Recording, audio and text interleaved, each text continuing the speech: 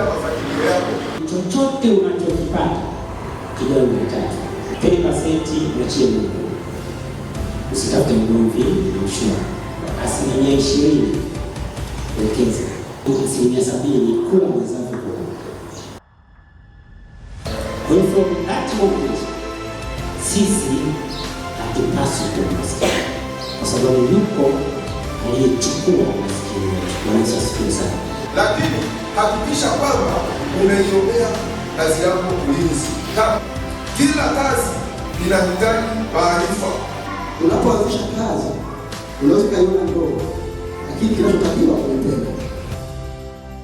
Jamani, si unaona kuna watu wanapata hela lakini wanaenda kuzimalizia kwenye vitu vya roho. Tabia nzuri huinua kazi na jina la mtu. The owner of the business and the business are two different things. Kazi ulionayo usidharau. Watu wa kuamini. Uchumi maana yake ni maisha. Simamia ile kazi kwa moyo mmoja, kwa nguvu moja na kwa akili zako zote. Sababu ya kwanza ya mtu kuwa maskini ni uvivu. Lakini wengi tunakosea kwa sababu tunaamini kupata pesa ni maombi. Kwa hiyo moja kati ya misheni za Yesu kuja duniani ni kutuvusha kwenye maskini. Jamani, tumejifunza kitu Wangapi wamepokea jambo?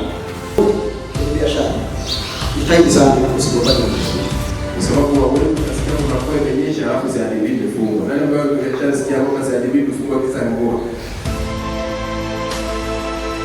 Mimi huwa nasema ukimwona mtu anapiga hatua hivi, anapiga na shilingi 2000 yako na 200 yako, ila ni akili yako na magari ile na mimi.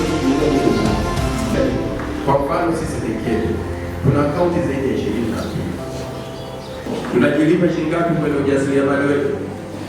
Lakini una mkaa ambao unapanga fungu shilingi 1000, unaweza kujilipa mshahara.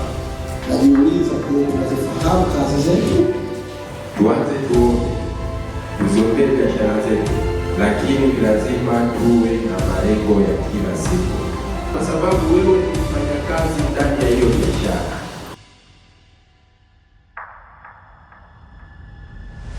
Kwa mfano, nataka nichukue mfano wa familia yangu. Tuko watu 6. Ili sitafasiriwe kwa mujibu wa takwimu za Umoja wa Mataifa kwamba nimevuka umaskini, utakiwa angalau kwa mwezi niingize milioni 1. Umaskini ni hali ya kukosa mahitaji muhimu. Zamani ilikuwa inasemekana benki ni za watu matajiri, sio? Ukitaka kusaidia mtu kikubwa kuliko vyote kusaidia maisha, kutoka hali ya umaskini hadi kubarikiwa kwa namna ya kiungu. Ile kazi ambayo unaifanya ndio ambayo Mungu kwa kupitia hiyo anataka kubariki.